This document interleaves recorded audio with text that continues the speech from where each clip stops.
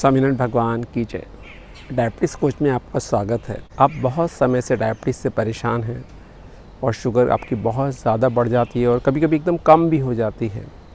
तो क्या किया जाए जो आपकी शुगर बराबर कंट्रोल में रहे। डायबिटीज़ कोच में हम छोटे छोटे टिप्स आपको देंगे जिससे आपका शुगर बराबर कंट्रोल हो सके और वो भी कम से कम दवाइयों के साथ।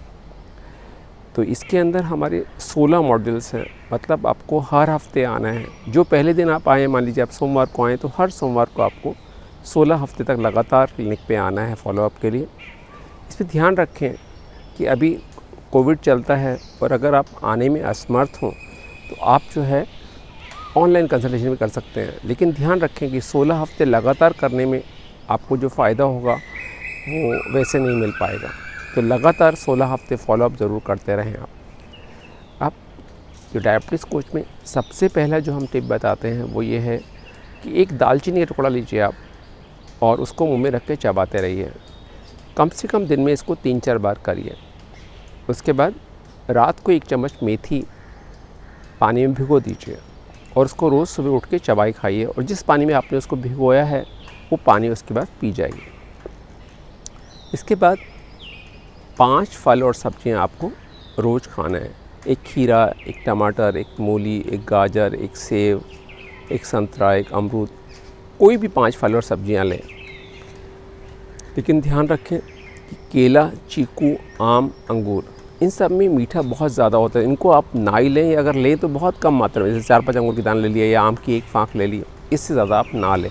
इसके बाद आपको कुछ एक्सरसाइज है जो करनी है आपको रेगुलरली। पहला है नौकासन। नौकासन के लिए ज़मीन पे लेट जाएं आप और दोनों पाँव को ज़मीन से 45 डिग्री के एंगल पे ऊपर उठाएं। फिर दोनों हाथों को भी उठा के और पाँव की तरफ ले जाएं, जिससे आपका एक वी का आकार बन जाए या नौका का आकार बन जाए। इस पोजीशन को 10 सेकंड तक रोके रखें, फिर वापस ज़मीन पे आ जाएं। दूसरा व्यायाम है, इसको हम सीजर्स बोलते हैं। फिर से दोनों पाँव को ज़मीन से 45 डिग्री ऊपर उठाइए और दोनों पाँव को एक के ऊपर दूसरे के ऊपर क्रॉस करें, कैंची की तरह। जैसे कैंची चलती है उस तरह से आप दोनों पाँव को चलाएं, एक के ऊपर दूसरा। इसको भी करीबन 10 सेकंड तक करें, फिर वापस ले आएँ। तीसरा आसन है फ्लटर। फ्लटर के अंदर फिर से ऊपर दोनों पाँव को उठाएँ 45 डिग्री पे, लेकिन इस पर पाँव को ऊपर नीचे कराएं बजाय साइड टू साइड करने के। कैंची मतलब ऊपर नीचे चले एक तरह से, इसको फ्लटर बोलते हैं। इसको भी 10 सेकंड तक करें, फिर वापस ले आएं। चौथा आसन है प्लैंक। ज़मीन पे लेट जाएं पेट के बल और फिर पंजों और हाथों के बल पे पूरे शरीर को ऊपर उठा दें। कोहनी ज़मीन से लगे रहें। इसको बोलते हैं प्लैंक। प्लैंक मतलब एक लकड़ी का तख्ता की तरह आप हो जाएं। इसको फिर से 10 सेकंड मेंटेन रखें। ये चारों आसन पहले दिन आप सिर्फ 1 बार करें, उसके बाद दूसरे दिन 2 बार, फिर 3 बार, फिर 4 बार, धीरे धीरे इसको बढ़ाते जाएं। आपको एक एक्सेल शीट दी गई है जिसके अंदर आप रोज़ाना आपको लिखना है कि कितने आपने आसन किए। फिर साथ साथ आपको उस एक्सेल शीट में अपना वज़न भी लिखना है, रोज़ाना आपका वज़न कितना है। इसके साथ साथ आपकी कमर का एक नाप ले लें आप। जहाँ पे कमर का घेरा सबसे ज़्यादा निकला है उसको आप नाप लें और वहाँ पे आप उसको बराबर उसको रोज़ाना मेज़र करके उसमें लिखते रहें। एक सबसे इम्पॉर्टेंट जो मुद्दा है वो है खाने का समय। तकरीबन हम लोग सुबह 6 बजे बैटरी से खाना शुरू करते हैं और रात को 10 बजे तक कुछ ना कुछ खाते पीते रहते हैं। इसको थोड़ा बदलना है। जैसे सोचिए आपने 9 बजे सुबह नाश्ता लिया, 2 बजे लंच किया और रात को 10 बजे डिनर किया, तो आपको सिर्फ करना इतना ही है कि अपना ब्रेकफास्ट आप हटा दीजिए। तो आपको खाने का समय हो गया दोपहर को 2 बजे से और रात को 10 बजे तक। मतलब रात को 10 बजे ताला लग जाएगा मुंह पे और सुबह 2 बजे खुलेगा। तब तक सिर्फ पानी पी सकते हैं। आपको लगेगा कि मुश्किल है, लेकिन धीरे धीरे प्रैक्टिस करेंगे तो हो जाएगा। आपकी गाड़ी में रोज़ाना आप जो है ना 100 रुपये का पेट्रोल डालें या महीने में एक बार 1000 रुपये का डालें, उस पर कोई ख़ास फ़र्क नहीं पड़ता। इसी तरह शरीर में भी इसको लगातार खाना डालने की ज़रूरत नहीं होती। कितने लोग हैं जो कई दिन, हफ्तों तक फास्ट रखते हैं और कोई प्रॉब्लम होती नहीं।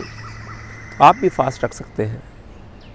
और अगर मान लो बहुत भूख लगे बीच बीच में, तो आप कुछ फल खा सकते हैं, कुछ ककड़ी, खीरा, टमाटर, कोई सेब, संतरा इस तरह ले सकते हैं। लेकिन खाना जो आपको प्रॉपर खाना है वो दोपहर 2 बजे से और 10 बजे के बीच में, या जो भी टाइम आपको सूट करे, लेकिन टोटल टाइम खाने का आपका सिर्फ 8 घंटे रहे। मान लीजिए 12 बजे आप लंच लेते हैं तो 8 बजे डिनर ले लीजिए और उसके बाद ख़त्म। बस पूरा सिर्फ 8 घंटे में आपका जो भी खाना पीना है वो हो जाना चाहिए। एक और चीज़ आपको ध्यान रखना है, जैसे जैसे आप ये प्रोग्राम शुरू करेंगे आपकी शुगर धीरे धीरे कम होती जाएगी।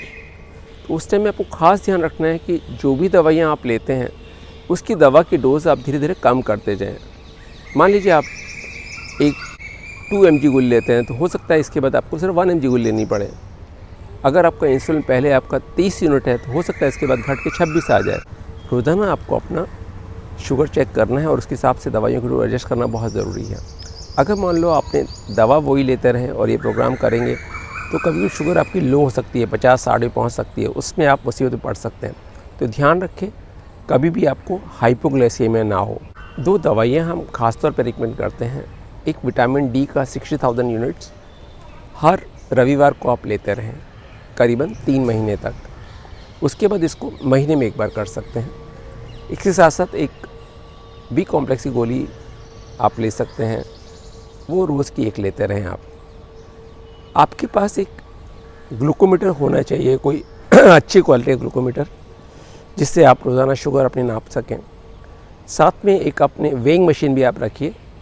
आपने रोज़ाना वेट चेक करके उसमें जो एक्सेल शीट दी हुई है आपको उसके अंदर वेट रखना है, और एक इंच टेप भी आपके पास होना ही चाहिए जिससे आपका वेस्ट मेजरमेंट कर सकें। तो पहले मॉड्यूल में अभी इतना ही। अगले हफ्ते हम फिर मिलेंगे नए मॉड्यूल के साथ। तब तक के लिए जय स्वामीनारायण।